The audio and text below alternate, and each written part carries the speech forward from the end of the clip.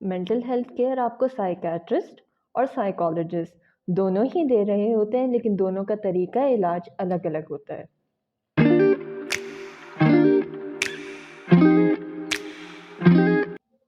बिस्मिल्लाहिर्रहमानिर्रहीम, अस्सलाम वालेकुम। मज़े की बात ये है कि आज के दौर में हमें मेंटल हेल्थ केयर की ज़रूरत तो बहुत होती है, लेकिन लोगों में आम फ़हम नहीं है कि ये साइकियाट्री है क्या चीज़। ऑल्दो कि जिस तरह मेडिकल फ़ील्ड्स में स्पेशलाइज़ेशन होती है, जिस तरह कार्डियोलॉजिस्ट होते हैं, डर्मेटोलॉजिस्ट होते हैं, दोनों के काम जो हैं, दोनों का जो शोबा है वो बिल्कुल अलग-अलग होता है। इसी तरह साइकोलॉजिस्ट साइकियाट्री में भी होता है, लेकिन हम लोग जानते नहीं हैं। तो इसके बारे में मैं आपको थोड़ा-सा बताऊँगी। उससे पहले जो है ना, ये बात समझनी ज़रूरी है कि डिसऑर्डर्स किस तरह के होते हैं, क्योंकि जब हमें समझ आ जाती है ना कि हमारी प्रॉब्लम की नौइयत क्या है, तो हमें जो है ना आसान हो जाता है कि हम लोगों ने हेल्प किस तरह लेनी है। सबसे पहले जो है ना, मैं आपको 2 तरह की डिसऑर्डर्स बता देती हूँ या 2 तरह की प्रॉब्लम्स बता देती हूँ मैं आपको। सबसे पहले है साइकोसिस और दूसरी है न्यूरोसिस। साइकोसिस में हमारे पास जो है ना कॉग्निटिव इश्यूज़ आ जाते हैं और न्यूरोलॉजिकल इश्यूज़ आ जाते हैं और साइकोटिक इश्यूज़ आ जाते हैं। ये इस तरह के इश्यूज़ हैं जिसमें आपका दिमाग या आपका नर्वस सिस्टम सही तरह काम नहीं कर रहा होता। इसकी अब सूरत हाल कौन-कौन सी हैं? पहली सूरत ये है कि बच्चा छोटा है और उसकी डेवलपमेंटल स्टेजेस जो है ना वो सही से नहीं जो है ना अपने माइलस्टोन्स को पहुँच सकी, तो उसमें जो है ना कुछ नुक्स रह गए हैं, कुछ इश्यूज़ रह गए हैं। इसमें एग्ज़ाम्पल है ऑटिज़्म की, ठीक है, एडीएचडी की। इसके अलावा खुदा ना ख़ास्ता बड़े होते-होते कोई ब्रेन इंजरी हो गई है या कोई और मसला आ गया या बूढ़े होते-होते जो है ना आपके सिस्टम में डीजेनरेशन शुरू हो जाती है। तो हमारे पास पार्किंसन और अल्ज़ाइमर जैसे इश्यूज़ आने शुरू हो जाते हैं। अगेन साइकोटिक इश्यूज़ भी कुछ इस तरह से है जिसमें सबसे बड़ा नाम शिज़ोफ्रेनिया का है कि हमारे पास जो है ना रियलिटी नहीं रहती है, इस वजह से कि हमारा जो दिमाग है उसकी फंक्शनिंग सही नहीं होती, वो सही तरह से काम नहीं कर रहा होता और असल क्या है और वहम क्या है उसमें कुछ पता नहीं चल रहा होता क्लाइंट को। तो इस तरह के जो इश्यूज़ हैं ना, वो बेसिकली मेडिकल बैकग्राउंड के होते हैं कि आपके अंदर की जो बॉडी की जो मसाइल है, उसकी वजह से किसी वजह से जो है ना आ रहा है, या तो आपके ब्रेन में इंजरी है या प्रॉपर आपका ब्रेन काम नहीं कर रहा है। तो इसमें जो आपको हेल्प कर रहा होता है, वो साइकियाट्रिस्ट कर रहा होता है। अब साइकियाट्रिस्ट कौन होता है? साइकियाट्रिस्ट वो बंदा होता है जिसने अपनी ग्रेजुएशन मेडिसिन में की होती है, यानी एमबीबीएस किया होता है और उसके बाद आगे उसकी स्पेशलाइज़ेशन होती है साइकियाट्री में। तो ऐसा बंदा मज़ीद स्पेशलाइज़ कर ले तो न्यूरोलॉजिस्ट होता है, ठीक है? अगर मामले की नौइयत साइकोटिक इश्यूज़ तक है, तो आप किसी भी साइकियाट्रिस्ट से हेल्प ले सकते हैं। लेकिन आपका प्रॉब्लम जो है वो ब्रेन के किसी इश्यू से है जिसमें सर्जरी की ज़रूरत पड़ रही है, फिर आपको एक किसी न्यूरोलॉजिस्ट से हेल्प लेने की ज़रूरत पड़ सकती है। उसमें कभी-कभार होता है कि थेरेपी की ज़रूरत पड़ती है, ठीक है? तो उसमें जो है हेल्प आउट कर रहे होते हैं न्यूरोसाइकोलॉजिस्ट, राइट?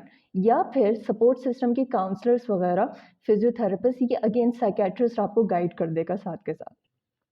अच्छा, जो दूसरी शाख है प्रॉब्लम्स की, वो कहलाती हैं न्यूरोटिक इश्यूज़, राइट?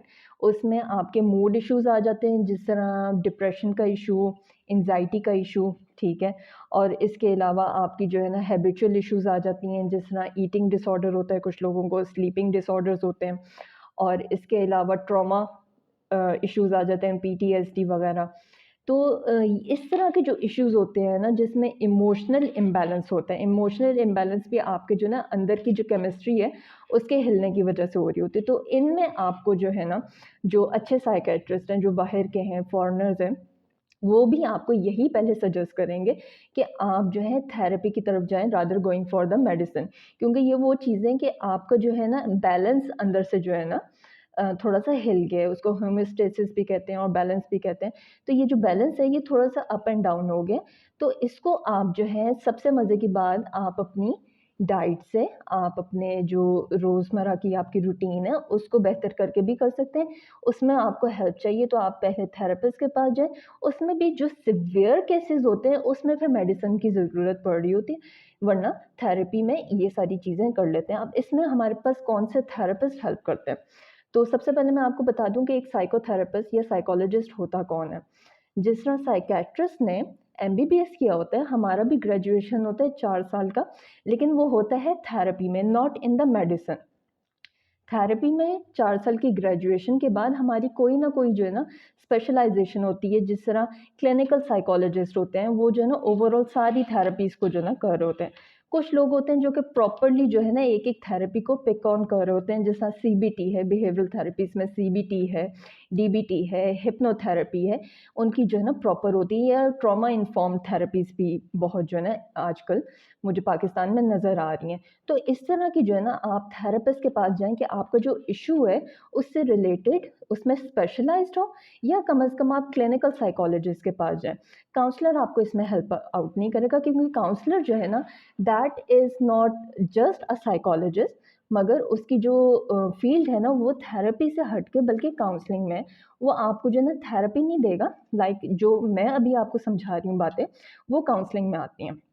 राइट? वो जो है ना इमोशनल सपोर्ट में या एक्स्ट्रा सपोर्ट में आ जाती है, जो प्रॉपर काम होता है वो थेरेपिस्ट का होता है, राइट? तो अगर तो आपके ब्रेन के साथ इशू है, तो you will go for the psychiatrist. अगर आपका इमोशनल इशू है, किसी तरह का भी ट्रॉमा है, हैबिट का है, पैराफीलिया है, anything like that, you will go for a psychologist. अगर तो क्योंकि जो है ना साइकियाट्रिस्ट और साइकोलॉजिस्ट ये आपस में मिलके काम कर रहे होते हैं, तो अगर तो मज़ीद हेल्प की ज़रूरत है, फॉर एग्ज़ाम्पल कॉग्निटिव इशू है किसी का और उसको आगे थेरेपी दिलवानी है, तो वो साइकोलॉजिस्ट के पास आपको रेफ़र कर देगा। अगर एक साइकोलॉजिस्ट और वो देख रहे हैं कि आपका डिप्रेशन भी अगर है और वो बहुत सिवियर है, तो वो आपको खुद ही इनपेशेंट सजेशन की दे देगा। तो ये है डिफरेंस एक साइकोलॉजिस्ट में और साइकियाट्रिस्ट में। आई होप मैंने आपको ये चीज़ें बहुत अच्छे तरीके से गाइड कर दी हैं, तो इंशाल्लाह अब आपको कोई इस तरह का इशू होगा तो यू विल एक्चुअली नो कि आपने कहाँ पे जाना है।